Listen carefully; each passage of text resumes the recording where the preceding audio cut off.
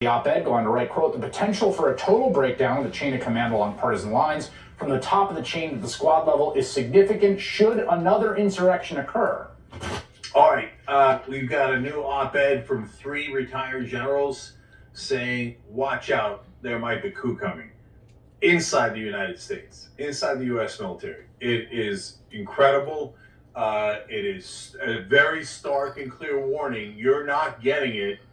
There are people inside the military that would be mutineers and not listen to the legitimate president of the United States. The oath to the Constitution and the notion that this is not what the armed forces should ever do, is to interfere in an election, that held. I think your concern, though, is that could be eroded with sustained attempts by the ex-president and his sort of facilitators to eat into that belief, at least among folks that are in the armed forces, which of course is 1.5 million people or whatever.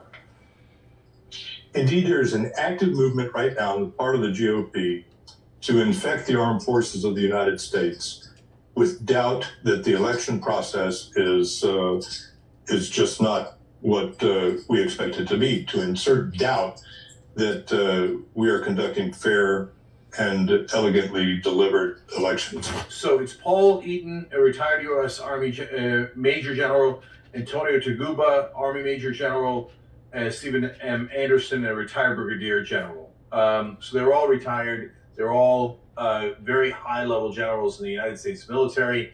And I'm going to read at length some of their warnings. In the beginning, they summarized by saying, in short, we are chilled to our bones at the thought of a coup succeeding next time. So they think it's very real and that we need to take steps to prevent it. So they give one specific example, which is definitely chilling.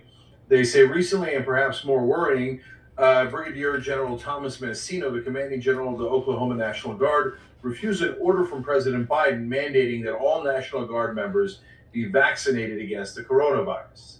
So there we have it already. So it is not disputable whether you have to listen to the commander-in-chief. That's why he's the commander-in-chief. That's the president of the United States of America. That is not in dispute. So you don't get to say, hey, you know what? But I didn't like his order. I want to listen to someone else. The National Guard is national. But that Brigadier General now, in kind of a mutiny situation, saying, no, I'm going to listen to the Republican governor of Oklahoma instead. Which really has almost nothing to do with the National Guard. The National Guard are federal troops. There is no question about it. But now, to the point of the 3 generals that wrote this op-ed, now there is a question as to whether they will follow orders or they will start to break off factions of the military. The U.S. military. This is incredibly dangerous. The creeping fascism is here. And to the point that the generals are making, we're kind of whistling past the graveyard here, thinking, yeah, they're not listening to orders anymore in the military, and they might do factions and maybe a coup, but, what are we getting alarmed about? They're like, yes, you should be alarmed, really, really alarmed, as they are. So they continue. The potential for a total breakdown of the chain of command along partisan lines from the top of the chain to squad level is significant should another insurrection occur. The idea of rogue units organizing among themselves to support the rightful commander-in-chief cannot be dismissed.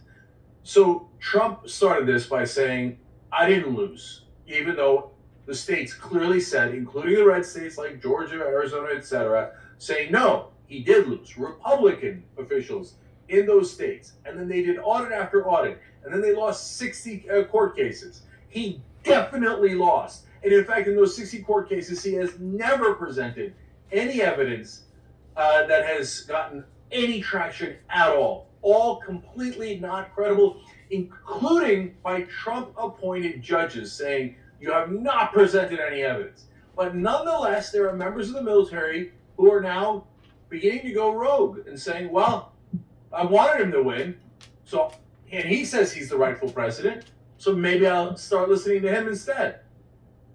Well, that's how you get to civil war, when there are 2 branches of the United States military and they don't agree. And what happens when they point guns at one another? The generals are right.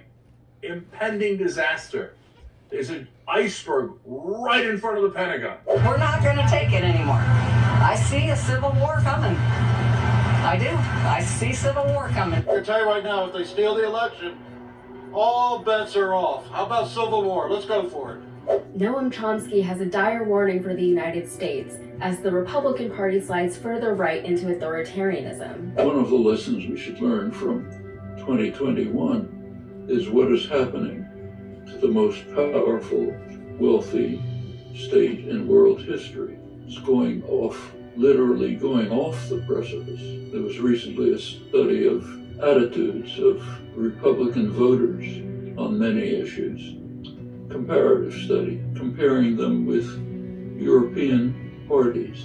The results are pretty grim. They rank with parties like Alternative for Deutschland, the right-wing neo-fascist parties. It is one of the two major parties in the United States. The party that is very likely to take power next year and in 2024 because of various manipulations and shenanigans that they're carrying out. They won't win the vote, but they'll probably win the election. In the study that Chomsky cited, the views of the current Republican Party were in alignment with very right-wing authoritarian foreign governments. Chomsky mentioned that the Republican Party would likely return to power in 2022 and 2024, but not necessarily because they have the votes. In 2021, 34 laws were passed restricting access to voting, while 262 bills were introduced in 41 states that would have interfered with elections. Texas, where I live, led the charge last year, with an impressive 59 voter-suppressive bills introduced. For comparison, Arizona had the second most, with 20. I always say that Texas is not as red as people think it is, but we're up against a lot. If you take a look at the attitudes of Republican voters during the 4 Trump years, concern for global warming declined by about 20%. That's 4 years of propaganda. There are ominous signs of worship of a semi-deity. We're both old enough to remember that from somewhere else. Okay. When you look at various conflicts and uprisings around the world, you tend to find a few common themes in regards to why it all happened in the first place. One of the most common themes that you run into is a minority ruling a majority. This can happen in various different ways, but one of the best ways it can happen is through voter suppression.